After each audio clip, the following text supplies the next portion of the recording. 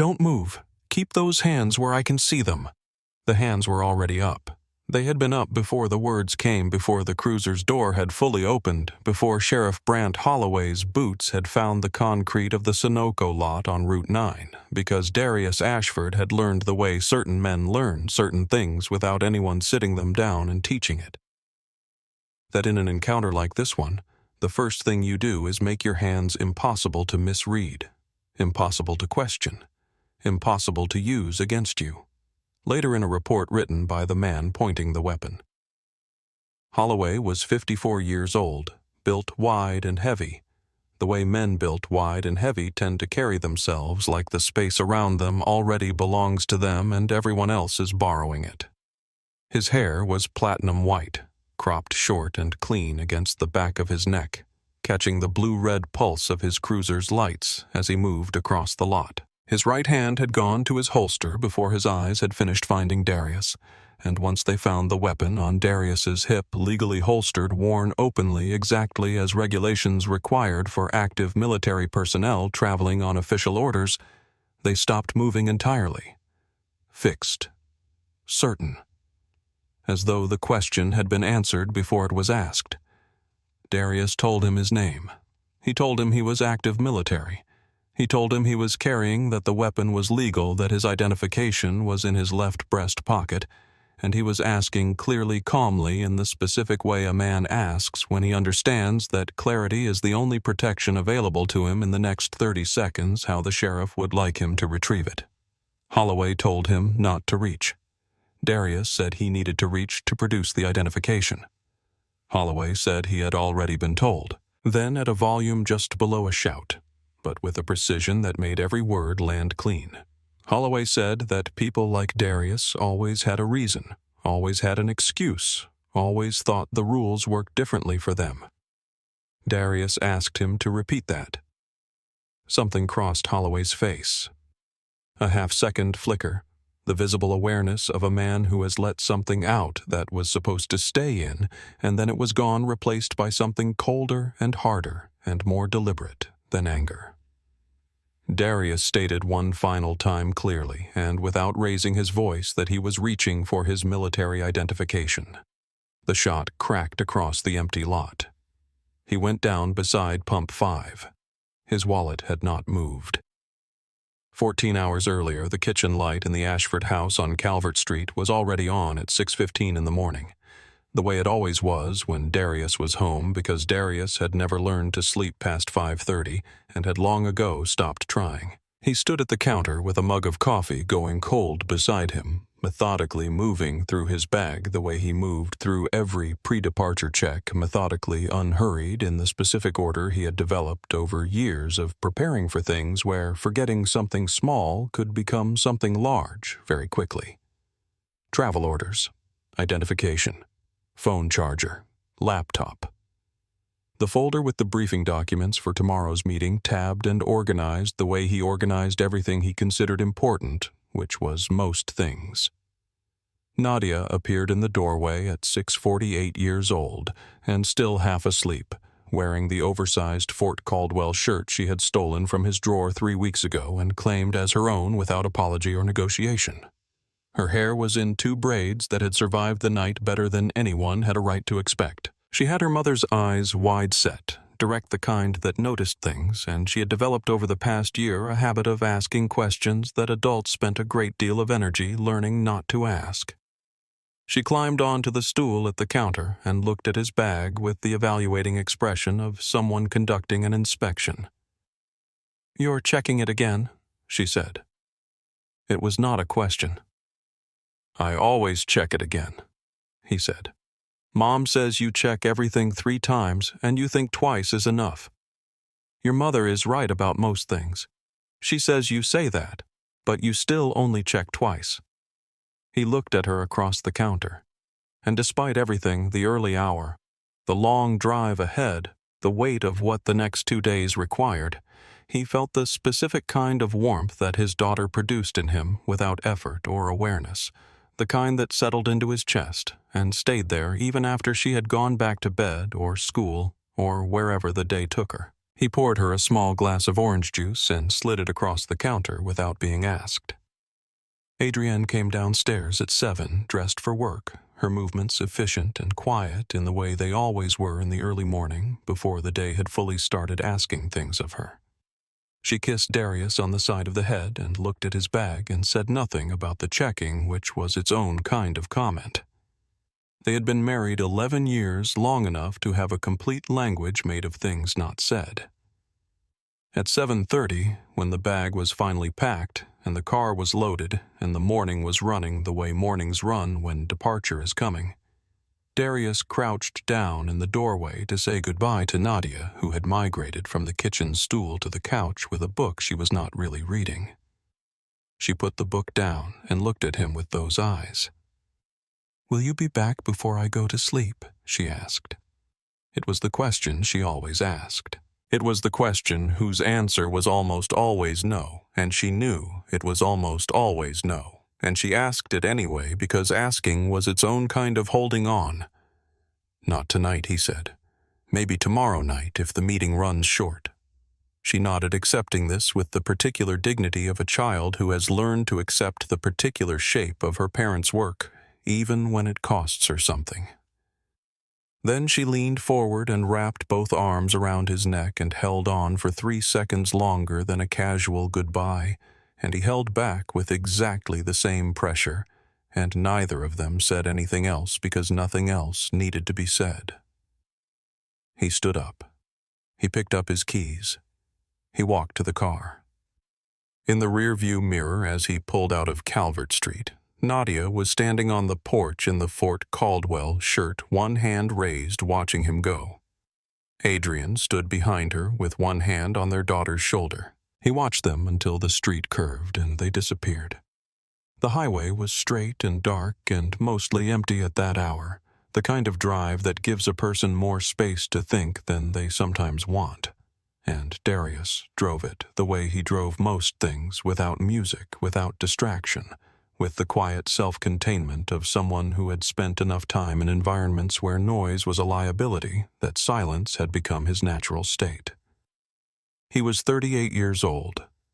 He had completed 2 overseas deployments with the 82nd Airborne, led a unit of 14 soldiers through conditions where the margin between a good decision and a catastrophic one was measured not in minutes but in seconds, and come home both times with a record that his commanding officer had once described in an annual evaluation with a single sentence that said more than a paragraph could have. The kind of officer you want in the room when nothing is going according to plan. He had been stationed at Fort Caldwell for 4 years. He drove home when the calendar allowed it, which was less often than Adrienne would have preferred and more often than the Army technically required. He wore his rank with the specific ease of someone who had earned it through the kind of work that does not require an audience, and he had never in 4 years at the post, or 11 years of marriage, or 38 years of living, been the kind of man who led with what he was before he had to. What almost no one outside a specific set of offices in Washington knew about Darius Ashford. What was not on the bumper sticker, not in the small talk at the post, not in the way he introduced himself at Nadia's school events, was that 8 months ago he had been appointed to serve on the Federal Military Conduct Oversight Board, a body with the authority to investigate misconduct within law enforcement agencies that operated in coordination with or under contracts affiliated with the armed forces. The appointment had come through his commanding general. It had come because of the work Darius had done on 2 internal review panels over the previous 3 years' work that had required him to sit across from men who had done things they should not have done and ask them without flinching and without theater to account for what they had done. He was good at that. He had always been good at that. The meeting he was driving toward, the one that had put him on this highway at this hour with his phone at 9% and his tank running low, was a working session with a United States senator who was moving a federal oversight reform bill through committee, a bill that, if it passed, would expand the board's jurisdiction to include any law enforcement agency receiving federal funding. Any law enforcement agency, including the Holt County Sheriff's Department, including the department commanded by Sheriff Brandt Holloway, who had been serving Holt County for 9 years, and whose record, had anyone been looking at it carefully, told a story that nobody had yet required him to explain. Darius had not mentioned any of this to Adrian before he left. Not because he kept things from her, he did not as a rule, but because he had learned through the particular discipline of his work not to speak about things that were still in motion, and because the habit of not leading with what he was had become so ingrained that he had stopped noticing he was doing it. He did not lead with it. He never led with it. He pulled off Route 9 at 11:07 because the fuel gauge was low and the phone was at 9%, and home was still 50 miles ahead, and the Sunoco lot was lit up against the dark like a small white island in the middle of everything.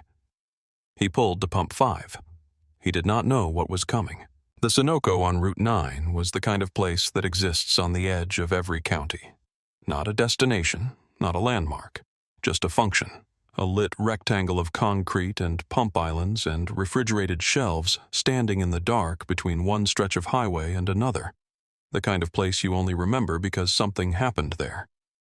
The canopy overhead threw white light straight down onto the concrete, hard and flat, illuminating everything beneath it, with the indifferent clarity of a machine that does not distinguish between what deserves to be seen and what does not.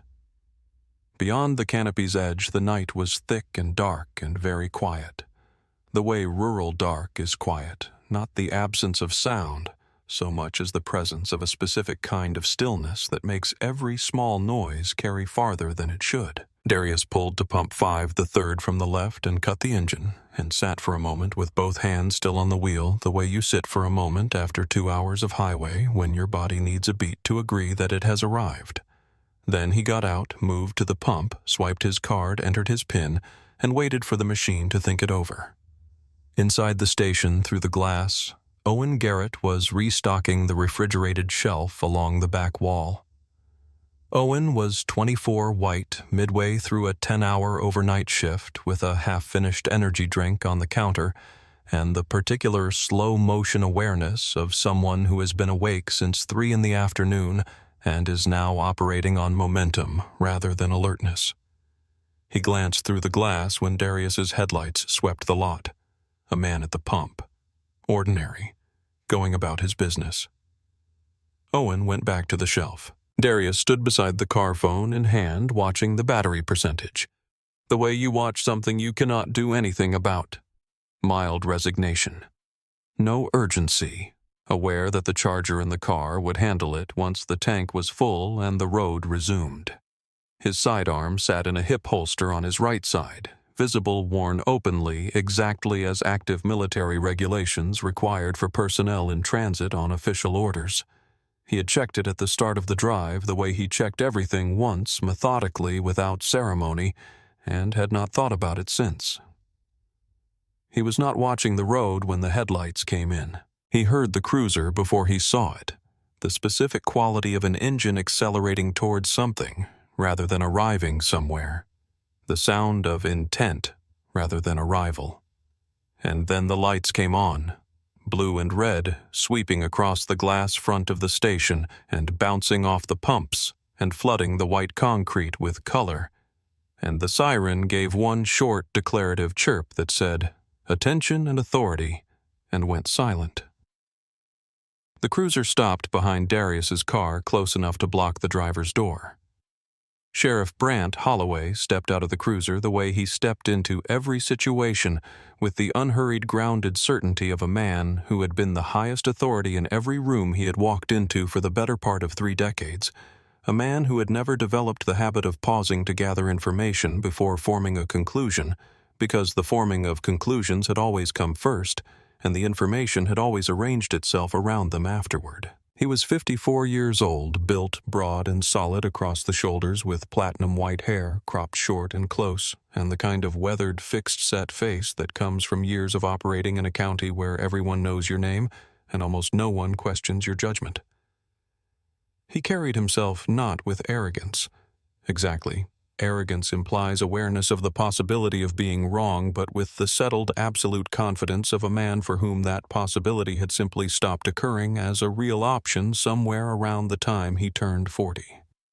He did not approach the way a trained officer approaches an unknown situation, scanning neutral, open, gathering information before drawing any conclusion. He walked directly across the concrete toward Darius with the focused, purposeful step of someone who had already reached his destination in his mind before his feet got there, and his eyes, from the moment they cleared the cruiser door, had gone to the holster on Darius's hip and had not moved. Darius turned slowly, both hands coming up at once without being told, palms open and forward at shoulder height, fingers spread, every movement deliberate and announced. He asked in an even and level voice what the situation was. Holloway told him to step away from the vehicle. Darius said he was fueling. He asked the basis for the contact. Holloway repeated the command.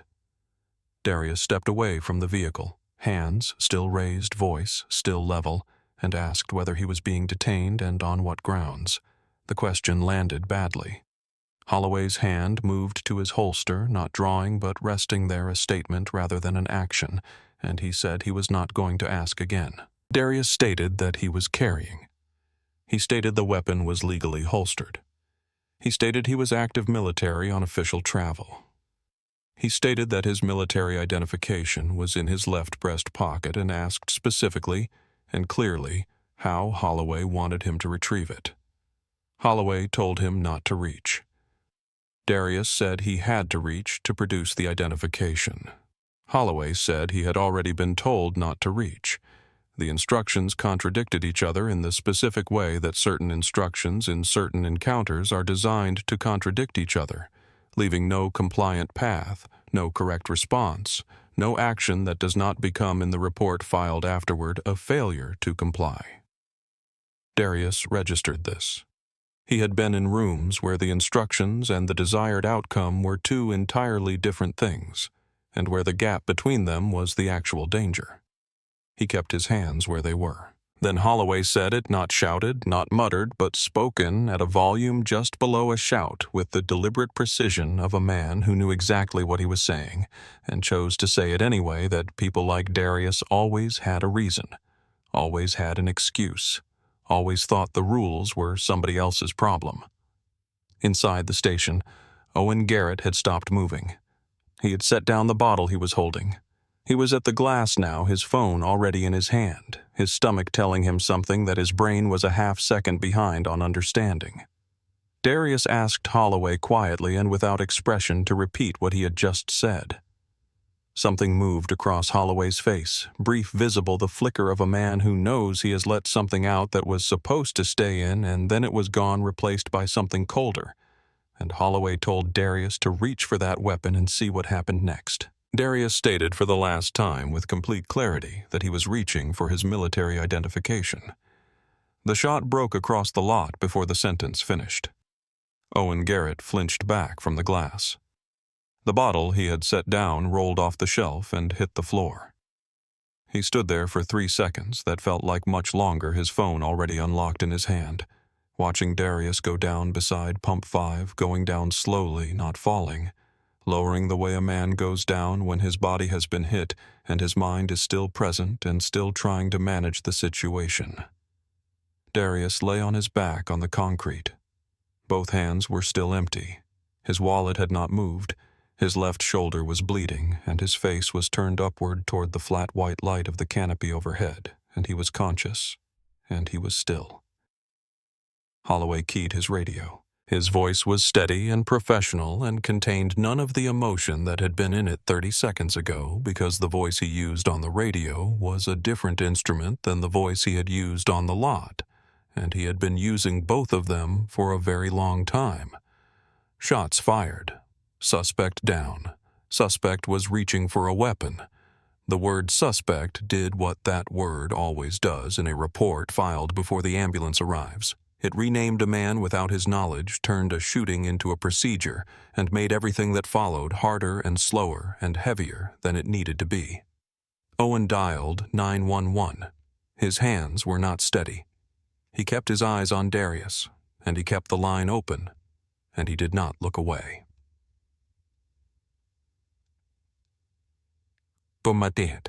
If what you just saw made something move in your chest, if you are sitting there thinking about what happens in this story when the camera is not rolling, then stay with us, because what comes next is where this story stops being about one man at one pump on one Wednesday night and starts being about something much larger.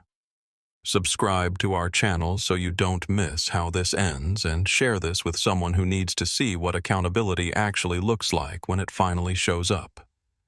Keep watching. The investigative team arrived at the Sunoco on Route 9 the following morning and worked the lot, the way experienced investigators work a scene methodically, outward from the point of contact, treating everything within 50 feet of Pump 5 as potentially significant until proven otherwise. The exterior camera was mounted on the canopy support post, directly above Pump 5, angled downward at approximately 40 degrees, positioned to cover the pump island and the approach path from the lot entrance. The footage quality was better than the investigators had expected from a county roadside station, sharp enough, bright enough with a timestamp running in the lower right corner that did not waver. They pulled the footage and watched it together in the mobile unit parked at the lot's edge, and they watched it without speaking because there was not a great deal to say while it was running. The footage showed Darius Ashford's hands from the moment Holloway's cruiser lights activated until he went down beside the pump. His hands were visible for the entire duration. They were raised. They were open. They did not move toward his weapon or toward his pocket or toward anything at all. His wallet did not move once, not a shift, not a partial reach, nothing. The Pump 5 camera had captured everything Holloway's report said had happened, and had in the process captured that none of it had. Owen Garrett sat in his personal vehicle in the station parking lot for 11 minutes before getting out and walking to the investigative tent. The investigators knew this because a county vehicle equipped with a dash camera had passed the lot entrance at the relevant time and captured his car idling in the back row with the engine running and no occupant visible through the windows. They noted the 11 minutes without comment and waited. When Owen came to the tent, he handed over his phone before anyone asked him for it. He did not make a production of the gesture. He simply held it out, unlocked with the video already open. The recording was 37 seconds long. It was vertical, slightly shaky shot through the station's glass front door from the inside, and it was clear enough. Holloway's voice was audible. The phrase "people like you" was audible. Darius Ashford's hands were visible at the moment the shot fired, raised open, unmoving. The investigators asked Owen why he had started recording when he did. He thought about this for a moment. Then he said his stomach had told him to. He was not more specific than that, and he did not need to be. Holloway's own body camera presented a third piece of the record and a complication of a specific kind. The camera had been activated 6 seconds into the contact, 6 seconds after Holloway's boots hit the concrete, which was itself a violation of department protocol requiring activation upon exiting the vehicle. The late activation meant the camera had missed the beginning of the encounter, the initial commands, the first exchange. The investigators noted this as a procedural violation and set it aside in the folder where such things collect. What the body camera had captured was the final 11 seconds before the shot. 11 seconds in which Darius Ashford, in a voice that was audible and clear and carried no panic and no aggression, stated that he was reaching for his military identification. The shot fired before the sentence finished. The timestamp was precise. The gap between the last word Darius spoke and the sound of the discharge was 1.3 seconds. The district attorney assigned to the case reviewed all 3 sources in the first 48 hours. She watched the Pump 5 footage 3 times without saying anything. Then she told her team to pull everything Holloway had ever filed. Every report, every contact log, every complaint. Everything going back to the first day of his tenure in Holt County. What nobody had fully accounted for was what happened to Owen Garrett's footage between the time he handed over his phone and the time the investigators completed their initial documentation. Somewhere in the movement of people and information through the tent, and then through the department's internal network, a copy of the 37-second video made its way to a local journalist who had been covering the story since the 911 dispatch was logged. The journalist posted it with a brief description and no editorial. Within 36 hours, it had moved far beyond Holt County. Accumulated a number of views that made local television coverage feel quaint, and generated a volume of public attention that transformed the DA's handling of the case from a quiet internal proceeding into something conducted in full daylight, whether anyone in that office preferred it that way or not. At Morrow General Hospital in the surgical waiting area on the 3rd floor, Adrian Ashford was aware the video was spreading because 3 different people had sent her messages about it within the same hour. She did not open her phone once during the time Darius was in surgery. She sat in the chair closest to the window with Nadia asleep across 2 seats beside her, her daughter's small jacket folded under her head, and she kept her eyes on the hallway door and did not look at the screen. The public attention meant that the investigation could not be handled the way 11 prior complaints about Brandt Holloway had been handled quietly internally through a channel that had a reliable way of making things smaller than they were before they came out the other end. This time, the light came from too many directions at once. There was no shadow large enough. The surgical team at Morrow General worked on Darius Ashford's left shoulder for 2 hours and 50 minutes. The bullet had entered at the deltoid insertion point and traveled downward at an angle that brought it within 4 centimeters of the apex of the lung, before stopping in the tissue behind the clavicle. 4 centimeters was close enough that the surgical team did not use the word fortunate until the procedure was nearly finished, and even then they used it carefully. The outcome shifted from uncertain to stable at approximately 2:17 in the morning. At the point when the surgical team was still in their 2nd hour, Brandt Holloway was at his desk in the Holt County Sheriff's Department, completing his incident report. He had been writing reports for 23 years, and he wrote this one with the fluency and precision of long practice moving through the standard vocabulary of officer safety. Failure to comply reasonable fear suspect. Made a sudden movement toward the weapon, the way a builder works with familiar materials, shaping them not to describe what happened, but to determine how what happened would be understood by everyone who read the account later. Each phrase was a structural choice, a framework constructed before the foundation had been examined. He filed the report at 1:49 in the morning. He went home before 2. He had 11 prior reports on file in that county. Every one of them had held. The morning of the 2nd day, the phone rang in the office of the Holt County Chief Investigator at 8:17, and the number on the screen was a Washington, D.C. area code that the investigator did not recognize immediately and then recognized very quickly.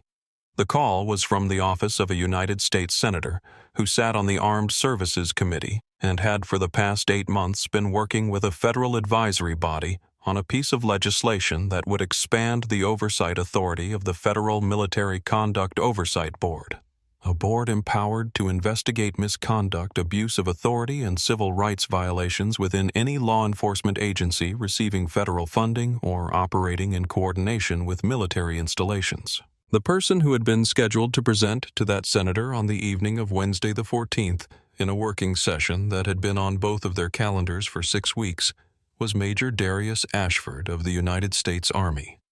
Major Darius Ashford, who had been appointed to the Federal Military Conduct Oversight Board 8 months prior on the basis of his record conducting internal review panels at Fort Caldwell panels that had resulted in the disciplinary separation of 3 personnel who had believed, until Darius sat across from them at a conference table, that their records were too clean, or their rank too high, or their institutional relationships too comfortable for the truth to reach them. Major Darius Ashford, whose appointment to that board gave him in his official capacity the legal authority to open a formal federal investigation into any law enforcement agency operating under the conditions the proposed legislation described. Any law enforcement agency, enforcement, including the Holt County Sheriff's Department. The room where the chief investigator received this information became very quiet. Not because anyone in it was surprised that Darius Ashford was who he was. They had known he was a military officer from the moment Holloway filed his report, but because the specific nature of what he was, the particular intersection of his role and his authority, and the agency that had just shot him, and the report that agency's leader had filed before the ambulance left the lot arranged itself in the room with the specific weight of something that cannot be made smaller, no matter how hard anyone tries. Holloway had not fired at a stranger. He had fired at the person most precisely positioned by law and by appointment to dismantle the protection that had kept Holloway's record intact for 9 years. He had not known this. That fact made it neither better nor worse. What it made it was undeniable. Darius Ashford had not led with this. He had not mentioned it to Adrienne before the drive. He had not used it at the pump, had not said, "I am a federal investigator, and you do not want to do what you are about to do because using what you are as a shield was not something he had ever learned to do, or wanted to learn or believed should be necessary for a man standing beside a gas pump at 11 o'clock at night doing nothing wrong." Darius came out of the anesthesia slowly, the way people come out when the procedure has been long, and the body is deciding in its own methodical way what to bring back online first. He opened his eyes to a ceiling he did not immediately recognize, and a left shoulder that communicated its situation to him with complete clarity. Adrienne was in the chair beside the bed. She was not crying. She had finished crying somewhere between the parking lot and the third-floor waiting area, and had moved herself to the other side of it to the place where you function because the alternative is not available. She was holding his right hand with both of hers, and she did not say anything when he opened his eyes, just looked at him with the specific expression that contains everything and requires nothing back. He looked at her for a long moment. "Nadia," he said, and it was not a question exactly. "She's here," Adrienne said. "She's been asking." They brought Nadia in a few minutes later. She came through the door in the Fort Caldwell shirt which she had apparently been wearing for 2 days now, and she crossed the room the way children cross rooms when they are trying to be careful and cannot quite manage it. A controlled kind of fast, and she stopped at the foot of the bed. She looked at the equipment first. The monitor, the IV, the bandaging on his left shoulder, thick and white and larger than she had expected. She looked at all of it with the evaluating focus of a child processing something that does not fit the categories she has been given for how the world works. Then she moved around to his right side, and she put her small hand on the edge of the bandage, the very edge where the white gauze met his skin, and she left it there. She did not squeeze. She did not rub. She just placed her hand there and stood beside the bed, and in that small, wordless gesture was every version of "I am here" that an 8-year-old has available to her. After a moment, she looked up at him, and she asked the question that had apparently been waiting inside her since Adrienne had woken her up and put her in the car the night before. "Daddy," she said in the direct, unvarnished voice of a child who has not yet learned to soften a question before it leaves her mouth. "Did you do something wrong?" The room was very still. Darius did not answer immediately. He lay there with the weight of the question settling over him. Not the pain of it, though there was pain in it, but the specific responsibility of it. The understanding that the answer he gave in the next 30 seconds would become one of the things Nadia used to understand how the world worked for the rest of her life. He told her no. He told her he had done everything right. Every instruction followed, every word chosen carefully, every movement announced in advance. He told her that sometimes a person can do all of that, every single thing they are supposed to do, and still be hurt when someone with authority has already decided who they are before they speak. He watched her face as he said it. He watched her take it in. He did not know whether she fully understood. He knew he would have to explain it again as she got older, as the world gave her more context for what it meant and more reasons to need to understand it. He also knew that she had stood at the foot of that bed and put her hand on his bandage before she knew the answer to her question, and that this, the fact that she had chosen to stand with him before she knew, was the most important thing that had happened in that room. Between the night at Pump 5 and the morning the trial began. 8 months passed, and those 8 months did not pass the way time passes when life is proceeding according to plan. They passed the way time passes when one person in a household has been taken partially out of commission and the other person has quietly expanded to fill every space that was left open, not because anyone asked, not because anyone made a decision about it, but because the children still needed lunches packed and the mortgage still needed to be paid, and someone had to decide what to do about the leak under the bathroom sink that Darius had been planning to look at when he got back from the drive. Adrienne went back to work 5 days after the surgery. She arranged Nadia's pickup schedule around her hours. She attended the parent-teacher conference in November alone and sat in the small plastic chair across from Nadia's teacher and listened to a glowing report about her daughter's reading level and her classroom participation, and answered questions about how the family was doing with the careful, composed honesty of a woman who has learned to calibrate how much truth a given conversation can hold. She signed the medical forms. She tracked the physical therapy schedule, 3 appointments a week. Then 2, then 1 progress measured in degrees of rotation and percentage of strength recovery. All of it moving on the timeline that Darius's body chose, rather than the one either of them would have preferred. She sat in the waiting room during the appointments and worked from her phone and did not complain about this not once, because complaining required energy she had allocated elsewhere. She also, in the evenings after Nadia was in bed, allowed herself 20 minutes in the kitchen with the lights low and a cup of tea going cold on the counter to simply be tired. 20 minutes most nights. Then she rinsed the mug and went to bed because tomorrow was already arranged, and it did not arrange itself. Nadia developed the habit gradually enough that Adrienne did not notice it for 3 weeks, and then noticed it all at once in the way you notice something that has been there long enough to become background, before it suddenly isn't background anymore. Whenever a police vehicle passed on the street outside the house in the parking lot of the grocery store on the highway when they were driving somewhere, Nadia stopped whatever she was doing and tracked it. Her eyes found the vehicle the moment it entered her field of vision and stayed with it until it was gone. She did not say anything when she did this. She did not point or ask questions or show any outward distress. She just watched with the quiet, careful attention of a child who has learned that certain things in the world require monitoring. Adrienne saw it the first time in the grocery store parking lot. She stood beside the car with 2 bags in her hands and watched her daughter stand perfectly still following a county cruiser, with her eyes as it moved through the lot, and felt something move in her chest that was not quite grief and not quite anger, but lived somewhere between them. She mentioned it to Darius at the next visit. He listened without interrupting. Then he sat with it for a moment, the way he sat with things that did not have easy responses, and then he said he understood. What Adrienne saw in his face when he said it was the thing that would cost him the most in the months that followed. Not the shoulder, not the surgeries, not the physical therapy, but the specific weight of knowing that his daughter had learned something about the world from what had happened to him, had added a new category of caution to her understanding of how things worked, and that no verdict and no sentence and no institutional reform would fully unteach it.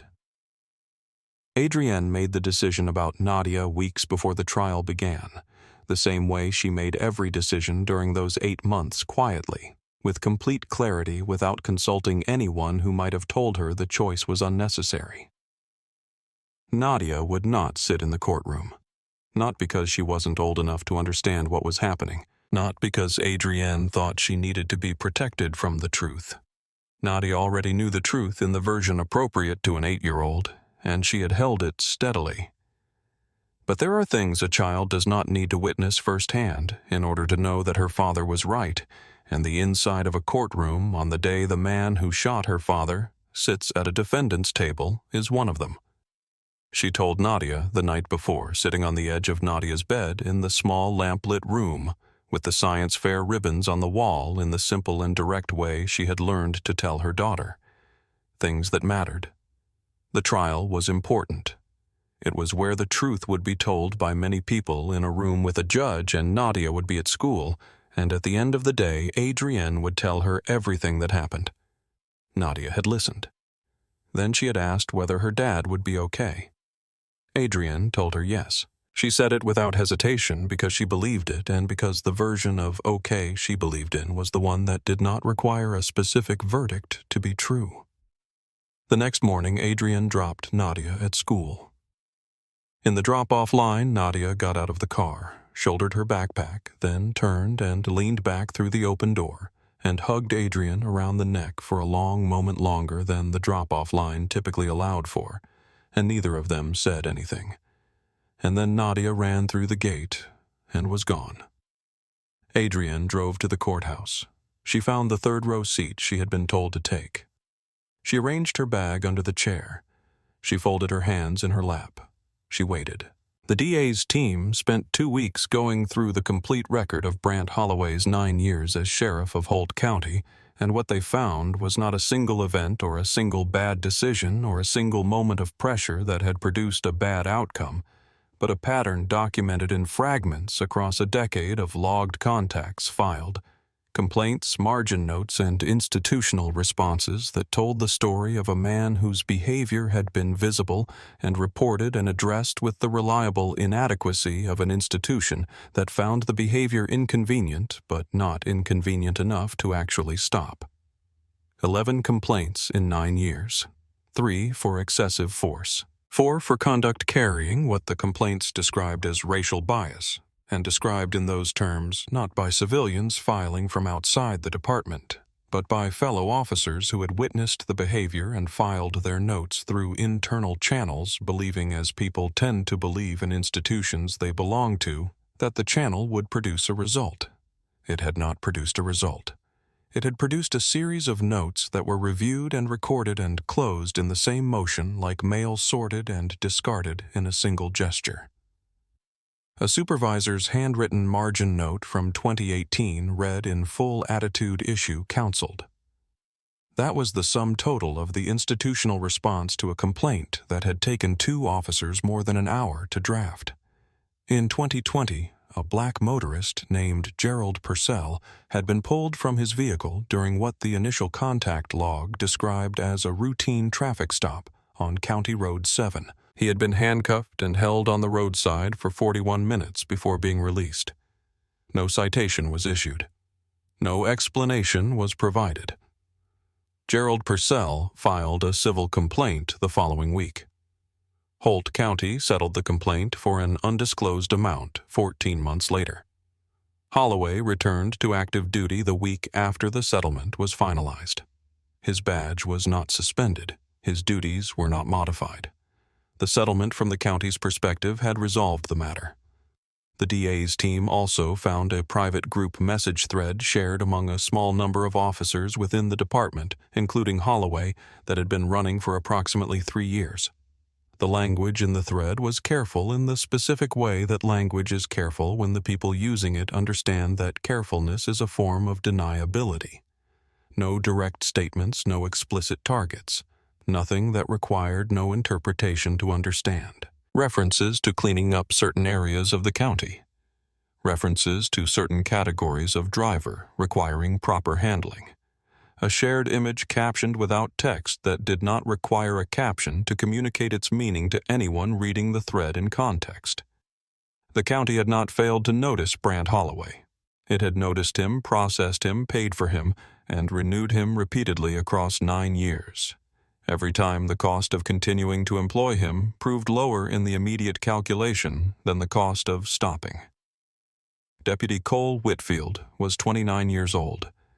He had been with the Holt County Sheriff's Department for 4 years, had been added to the group message thread in his second year by a senior deputy who described it as the real department chat, and had been in it long enough to know what it was and not long enough or not brave enough to have done anything about it. He watched the Pump 5 footage alone in his personal vehicle, parked outside the department building on a Tuesday evening 2 days after the footage had been confirmed by the investigative team and 24 hours after it had started moving across the internet. He watched it on his phone with the sound on and the screen brightness turned up, and he sat in the car for 20 minutes after it ended without getting out. His daughter was 7 years old. Her name was Lily. She had her mother's hair and his nose and a laugh that started in her stomach before it reached her face, and she was at that moment at home with his wife, probably already in bed, probably already asleep in the house on Brindle Road where she had lived her entire life without yet learning the particular kind of awareness that Nadia Ashford had recently been forced to acquire. Whitfield sat in the car and thought about this.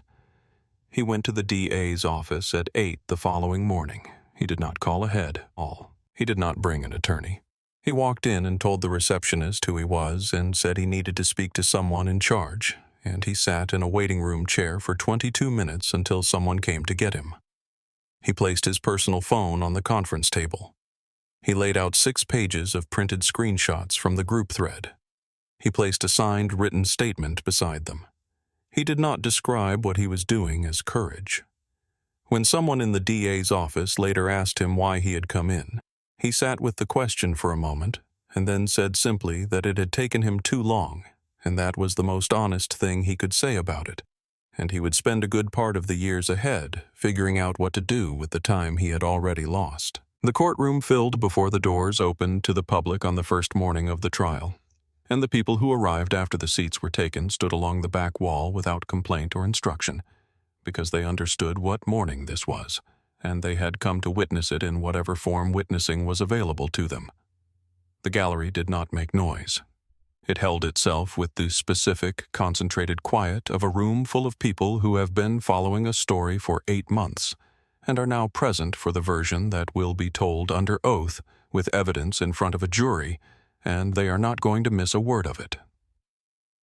Holloway sat at the defense table in a charcoal suit that fit differently than his uniform had fit. The uniform had organized him, given him a shape and a context, and the suit without the badge and the county seal on the shoulder gave him back to himself in a way that removed a great deal of the architecture he had been using. He sat still. He kept his face neutral. He watched the door. Darius entered from the side corridor with a slight forward tilt in his left shoulder that 8 months of physical therapy had improved, but not resolved. The therapist's most recent notes projected a 70 to 75% return of full mobility on a timeline that extended past the end of the year. He moved carefully and deliberately. He sat straight. He did not look at Holloway. Adrienne was in the 3rd row on the aisle, close enough to see his face clearly. The seat beside her was empty. The seat would stay empty all day, and the people around her understood why, and nobody said anything about it. The defense worked with what it had, and it worked with it as well as it could be worked with, because this account does not require a weak opposition to make its point. The truth does not become truer when the alternative is poorly argued. The defense argued that Holloway had encountered an armed individual alone at night in an unlit perimeter, that the visible holster had constituted a legitimate source of concern for any officer in that situation, that the encounter had escalated in ways attributable in part to Darius's deliberate responses to Holloway's commands, the requests for clarification, the invocations of his rights, the specific and methodical way he had stated his position at each step, and that a split-second decision made under those conditions could not be judged with the clarity that hindsight and video footage provided to people watching it comfortably in a courtroom 8 months later.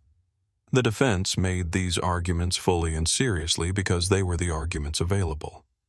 The prosecution responded by playing the footage, not a clip, the full 16 seconds. The Pump 5 camera angled downward, showing everything from the moment Holloway's cruiser lights activated to the moment Darius went down. His hands raised open, motionless from first to last, his wallet stationary throughout. Holloway's approach, direct, certain, purposeful eyes fixed on the holster before any other information had been gathered. The final seconds, Darius's voice stating clearly that he was reaching for his identification, and the shot cutting the sentence in half. Then the prosecution placed the 2 prior contact logs on the projected screen beside the paused footage. 2 encounters documented in Holloway's own department in the same county, in the same circumstances, armed individuals approached at night with visible holsters. Both resolved without any weapon being drawn. Both individuals documented in the contact logs as white males off-duty military reserve. The prosecution's closing argument did not use the word racist. It used the word consistent. It asked the jury to identify what was consistent across Holloway's documented record, what was consistent in his behavior across 9 years and 11 complaints, and what was consistent about the one variable that distinguished Darius Ashford's encounter from every prior contact of the same type that Holloway had on file. When the prosecution asked Darius to give his victim impact statement, he stood, and the courtroom did the specific thing that courtrooms do when a man who has earned the right to be angry in front of a crowd refuses to perform anger. It got very quiet and stayed there. He described the first surgery. He described the second surgery, which had been unplanned, which had become necessary at the 6-week mark when a complication developed in the tissue around the clavicle that the first procedure had not fully addressed. He described what it felt like to lose the use of your dominant hand's entire supporting shoulder for 4 months, the specific daily granular loss of it. Not the dramatic version, but the ordinary version, the version where you cannot lift a bag of groceries, or carry your daughter, or reach a shelf above your head without someone making a decision about whether to help you. He described what Adrienne had carried. He did not use the word sacrifice because it was not large enough for what she had done, and because she would have objected to it anyway. He described specific things instead: the parent-teacher conference, the bathroom sink, the 4:11 in the morning that Nadia had gotten sick in November, and Adrienne had handled everything alone and had not woken him because he was 3 days post-surgery, and she had decided without consulting him that his sleep was more important than her help. He described Nadia's new habit with police vehicles. He described it without interpretation, without editorial, in the plain, factual terms of a man reporting an observation, and the courtroom received it in the silence that plain facts sometimes produce in rooms full of people who understand exactly what they mean. Then he described the morning at the hospital. He described Nadia standing at the foot of the bed, in the Fort Caldwell shirt, putting her small hand on the edge of the bandage, and then looking up at him and asking in the voice of an 8-year-old who does not yet know how to soften a question whether he had done something wrong. The courtroom did not move. Darius described finding the words. He described sitting with his shoulder immobilized and his wife's hand in his, and the specific weight of knowing that the answer he gave in that moment would become part of how his daughter understood the world for the rest of her life. He told the courtroom what he had told Nadia, that a person can do every single thing correctly, every command followed, every right exercised carefully, every movement announced in advance, and still be harmed when the person holding the authority has already made a decision before the encounter begins. He said he did not know whether Nadia had fully understood that morning. He said he knew he would have to explain it again more than once as she grew older and the world gave her more context for it. He said the part about teaching his daughter to live in the world that had produced the night at Pump 5 did not appear in any medical record he had ever seen, and he thought that was worth noting. Then he turned to face the bench directly and addressed the judge without theatrics and without volume, but with the complete grounded attention of a man who has one thing left to say and intends to say it precisely. "How does a county sheriff have less discipline in a parking lot," he said, "than a soldier has in a combat zone?" The courtroom stayed with that for a moment. There was no good answer to it, and everyone present understood this, and the silence that followed was the sound of a room full of people not pretending otherwise. The jury deliberated for a day and a half, and the verdict came in on a Thursday morning. Guilty on all counts: attempted murder in the first degree, aggravated assault with a deadly weapon, civil rights violations committed under color of law. Holloway sat at the defense table and received the verdicts as they were read one after another, and the thing that happened in his face was not dramatic. It was not a collapse or a visible break. but it was there, and it was very small, and it was perhaps the most human thing about him that the gallery had seen in 2 days of trial. He had walked into every room for 30 years with the certainty that the authority in the room was his. This room had given that certainty back to someone else. He received this information with the face of a man who has just understood for the first time that a thing he believed was permanent was not permanent at all. He was escorted out through the side door. He did not look at Darius as he passed. The judge did not make a long speech before sentencing. She had the reputation of a person who considered length in a courtroom an indulgence, and she lived up to it. She said that Brandt Holloway had been entrusted by the people of Holt County with authority over every person who lived or traveled within it. She said he had used that authority across a documented 9-year period, not as a public trust, but as a private instrument applied with a consistency that the record left no room to describe as coincidental or situational. She said the record did not ask for leniency. She said she did not intend to supply it. 30 years. The maximum sentence for attempted murder in the first degree under the statutes of that state. The gavel struck. Holloway was led out. The courtroom exhaled. 3 of Holloway's prior arrests were referred for review within the week following the conviction. One resulted in a vacated charge. The individual, a 31-year-old man named Dion Ferris, had served 15 months on a charge built on the framework of a Holloway report, and he walked out of a county administrator's office on a Wednesday afternoon 17 months after he had walked into a county courtroom on a different Wednesday, and nobody from the county called ahead to tell him he was coming. Deputy Cole Whitfield submitted a formal transfer request on the day of sentencing. He did not resign. He believed in the work he told himself, and he intended to keep believing in it somewhere that did not require him to walk past the desk where Holloway had filed his reports for 9 years. The transfer was approved within 3 weeks. The supervisor who had written attitude issue counseled in the margin of a 2018 complaint, filed a public statement of resignation that did not ask for forgiveness and did not claim ignorance, and did not use any of the language that public statements of resignation typically reach for when the person writing them is trying to make the past look smaller than it was. He said he had been in possession of information that could have changed the course of what happened, and he had made a choice about what to do with it, and he would have to live inside that choice. And he did not think anyone was obligated to feel sorry for him about that. The Holt County Sheriff's Department announced 3 departmental reforms in the month following the conviction: mandatory body camera activation from the first moment of any public contact, a publicly accessible complaints registry, searchable by name and incident type, and an independent civilian oversight panel with subpoena authority. The 3 advocacy organizations operating in the county issued a joint statement noting that they had formally requested all 3 of these reforms over the preceding 5 years and had been told on multiple occasions by multiple administrators that the current procedures were adequate and that the requested changes were unnecessary. They did not use the word vindication in the statement. They used the word documented. They said that the requests had been documented, and the refusals had been documented, and the consequences of those refusals had now also been documented, and they intended to make sure that the documentation remained visible to anyone who wanted to understand how Holt County had arrived at this particular moment in its particular history.